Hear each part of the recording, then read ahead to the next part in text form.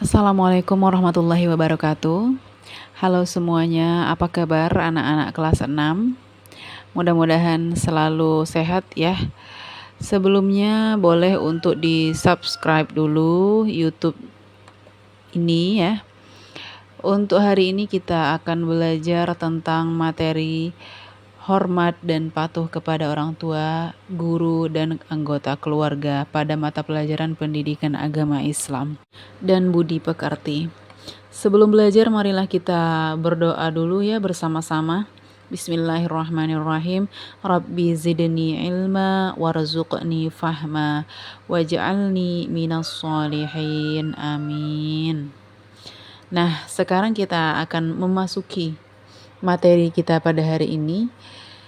Yang pertama, Ibu mau bertanya, kenapa kita harus berbakti kepada orang tua? Coba difikirkan sejenak, kenapa ya kita harus berbakti kepada orang tua kita? Jawabannya, tentu kita harus berbakti kepada orang tua kita karena mereka telah mengandung kita selama 9 bulan dengan bersusah payah, lalu kemudian melahirkan kita, yang mana melahirkan itu bertaruhkan nyawa.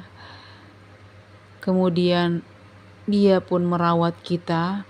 Di sana ada gambar seorang bapak yang merawat kita, kemudian mendidik atau menyekolahkan kita. Ya, ada ayah yang sangat luar biasa bekerja keras untuk menyekolahkan kita dan juga membesarkan kita. Tentu oleh karena itu pastinya kita haruslah untuk berbakti kepada orang tua kita.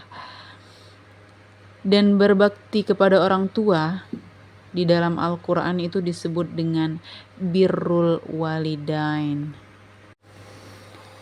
Adapun perintah Allah untuk berbakti kepada orang tua itu telah nyata ada di dalam Al-Quran, yaitu surah Luqman ayat 14 dan juga ada Quran surah Al-Isra ayat 23.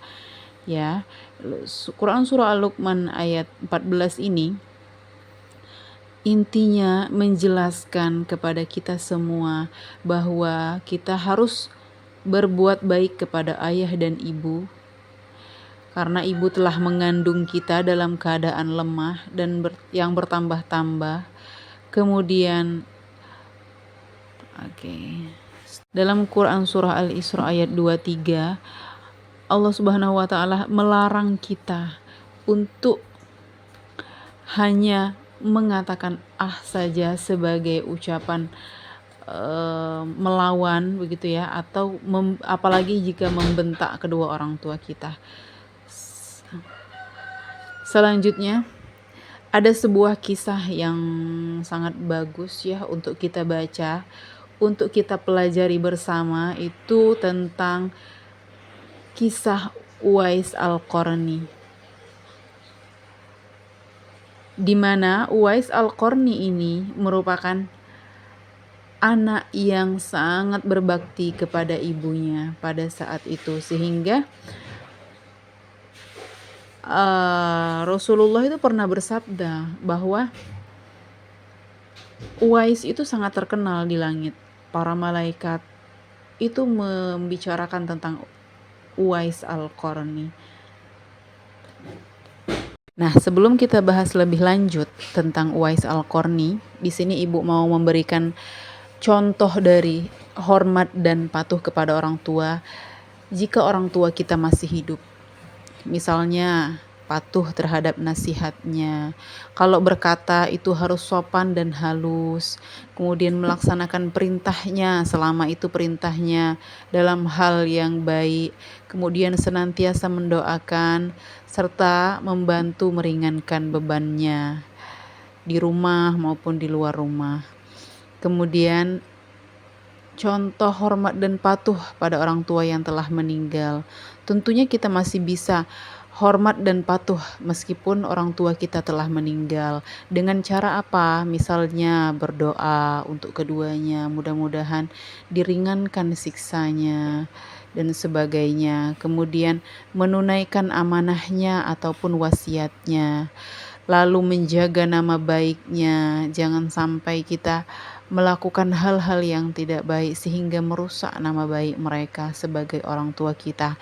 Kemudian menjaga silaturahmi kepada sanak kerabat dari kedua orang tua kita. Lalu kemudian menyelenggarakan pengurusan jenazahnya pada saat ia meninggal dunia. Dan lain sebagainya, masih banyak lagi sebetulnya contoh-contoh dari cara kita dalam menghormati dan patuh kepada orang tua kita.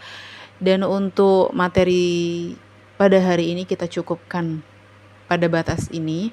Nanti minggu depan atau minggu selanjutnya kita akan lanjutkan materi kita tentang hormat dan patuh kepada guru dan juga kepada anggota keluarga.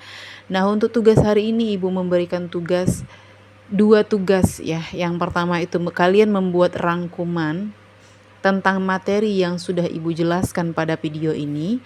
Kemudian yang kedua, kalian menuliskan cerita tentang Uwais Al-Qarni. Boleh kalian mencari sumbernya dari mana saja, dari YouTube boleh, dari Google, seperti itu. Karena tadi Ibu belum menjelaskan, jadi kalian silahkan belajar dengan cara kalian sendiri, cari sumbernya dari internet atau dari buku, atau bertanya kepada orang yang lebih tua. Itu saja, sekian materi kita pada hari ini. Kita akhiri dengan melafazkan lafaz hamdalah, alhamdulillahirabbil alamin. Assalamualaikum warahmatullahi wabarakatuh.